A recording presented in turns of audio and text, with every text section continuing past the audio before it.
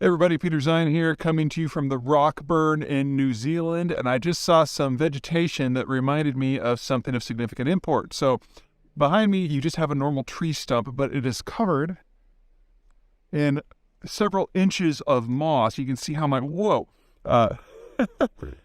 hiking pole just sinks into it.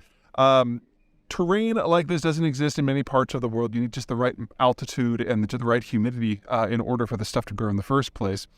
You've got it here in New Zealand in the temperate rainforest. You've got it on Vancouver Island in northwest Canada.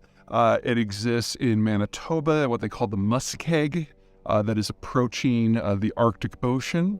And then it is also the dominant vegetation in some of the taiga in northern Russia. Finishing this video up from the Rootburn Flats. So where were we? Oh yeah, unstable ground. So it doesn't really matter what the reason for a spongy ground, whether it's moss or permafrost happens to be. It's very difficult to build artificial infrastructure. But if you want to do anything with the land, that's what you've got to do. In the case of the Russian space, you've got that mushy, marshy top over what is ultimately permafrost somewhere between 5 and 30 feet under the surface. And until you get down to the permafrost, the frozen layer, everything is just goo. And so any infrastructure that you were to build in the summer would just sink into the swamp. So what they have to do is they wait for everything to freeze solid in the depths of the Siberian winter, and then they go and excavate it and then bring in rock and sand and gravel and aggregate and tar and everything else to build giant berms that go from the permafrost all the way up until you get these dikes that run over the landscape.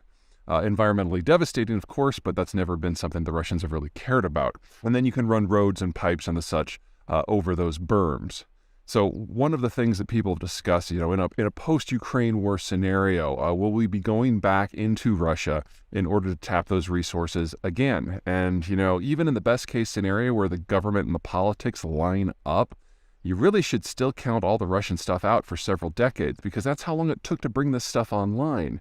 Western techs have been essential to maintaining output in the Russian oil and natural gas fields and their petrochemical center and their general industry since 1992, because most of this raw infrastructure was built in the 1960s and it's barely holding on by its fingernails now. And with the Western techs, the Western skill sets, the Western capital gone, we're seeing industrial accidents that are, let's just say, Soviet in scale. So a lot of this stuff is going to have to be rebuilt. And then you're going to have a positive security environment that goes all the way from the point of production through hundreds, if not thousands of miles of permafrost to get to populated Russia, and then finally to get out to the wider world. And that is not something you're going to fix in 3 months or 6 months or 9 months or 90 months. That's a decade-plus project minimum. And that's a decade-plus in which relations with Moscow have to be positive.